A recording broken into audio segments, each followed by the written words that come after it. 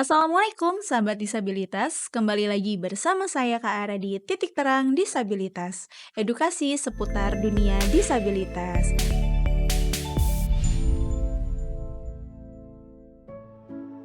Saya masih ditemani oleh Kak Farida nih sahabat. Kak Farida, di video sebelumnya kita sudah membahas tentang pengertian fisioterapi dan fisioterapi khusus untuk pediatrik. Nah, sekarang kita akan membahas anak dengan cerebral palsy membutuhkan fisioterapi. Iya. Nah, Kak Farida nih, ada pertanyaan. Kenapa sih Kak cerebral palsy itu sangat membutuhkan penanganan fisioterapi? Oke, di sini saya akan menjelaskan kenapa ya Hmm. anak cerebral palsy harus fisioterapi. Nah, Karena di sini fisioterapi itu kemampuan anak-anak yang CP kan ada yang lemah, ada mm-mm. yang kaku. Kita untuk menguatkan atau mengembalikan fungsi-fungsi yang tadinya lemah itu jadi bisa bergerak. Oke. Seperti itu. Misalnya kemampuan motoriknya dia belum bisa, kayak motoriknya dari proses merangkak terus ke merambat sampai dia Hmm. bisa berdiri sendiri. Misal belum bisa, kita akan lakukan latihan fisik dengan Oke. modifikasi alat ataupun manual. Oke. Nah, Kak Farida, apa nih yang terjadi jika penyandang cerebral palsy tidak melakukan fisioterapi? Oke, kalau penyandang cerebral palsy tidak melakukan fisioterapi Mhm. itu akan mengalami penurunan massa otot. Jadi yang harusnya massa ototnya berotot gitu, Mhm. jadi dia tinggal tulang aja. Bisa Oke. juga mengalami kontraktur.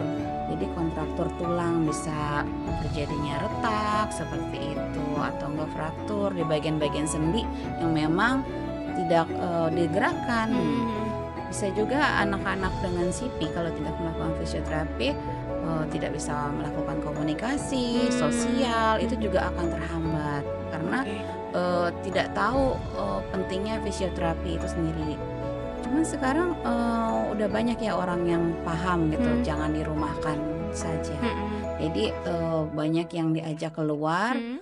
untuk fisioterapi. Kalau dulu kan sempat kayak diumpetin, Oh iya, jadi heeh. kayak udah besar anak saya udah 7 tahun baru mau visio gitu. Lah Iya, itu sebelumnya udah kemana? terlambat ya, Heeh. heeh. Kita jadi sebelumnya kemana Ibu? Oh saya nggak tahu di Mhm, mana mhm, mhm. infonya. Padahal dari tetangga mungkin kalau dia mau bersosialisasi itu bisa dapat infonya. Tapi Iya. mungkin ada ya kayak rasa malu, Mhm, apa rasa mhm. apa, jadi dia menutupi untuk bercerita ke tetangga atau ke Oke, saudara. padahal tujuan fisioterapi itu penting banget ya Kak Farida Penting ya? banget, lebih baik sebelum golden age-nya. Oh Jadi gitu. usia golden age-nya itu 0 Mhm, sampai 5 tahun, mhm. di mana tumbuh kembang anak itu masih kita bisa eee, lakukanlah apa yang terbaik gitu Iya, supaya dia setuju. bisa melalui tahap proses selanjutnya. Oke. Nah, tujuan fisioterapi untuk anak cerebral palsy itu apa Kak Farida?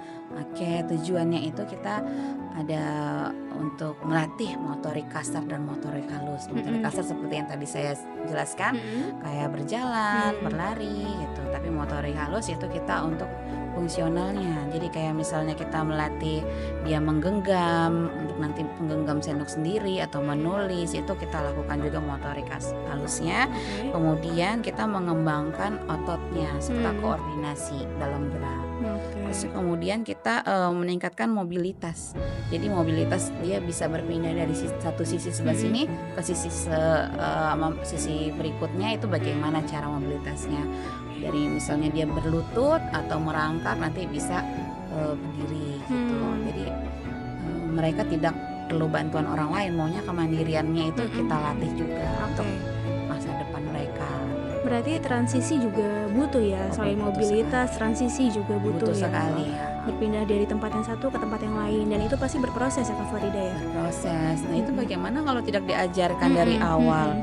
Pasti akan telat sekali gitu dan Oke, banyak banyak masalah yang timbul pada mhm, anak itu. oke. Seperti Jadi yang tadi banyak saya dampaknya cerita. ya Kak Banyak Farida ya? dampaknya kalau tidak fisioterapi. Oke. Nah sahabat, berikut tadi penjelasan mengenai, fisioterapi tujuannya dan kemudian, pentingnya fisioterapi untuk anak cerebral palsy. Nah jika sahabat ada pertanyaan silahkan bertanya di kolom komentar. Saya Kak Ara pamit undur diri. Saya Kak Farida pamit undur diri. Salam Salam setara, setara, bergerak bergerak untuk untuk disabilitas. disabilitas. Wassalamualaikum Wassalamualaikum warahmatullahi warahmatullahi wabarakatuh. wabarakatuh.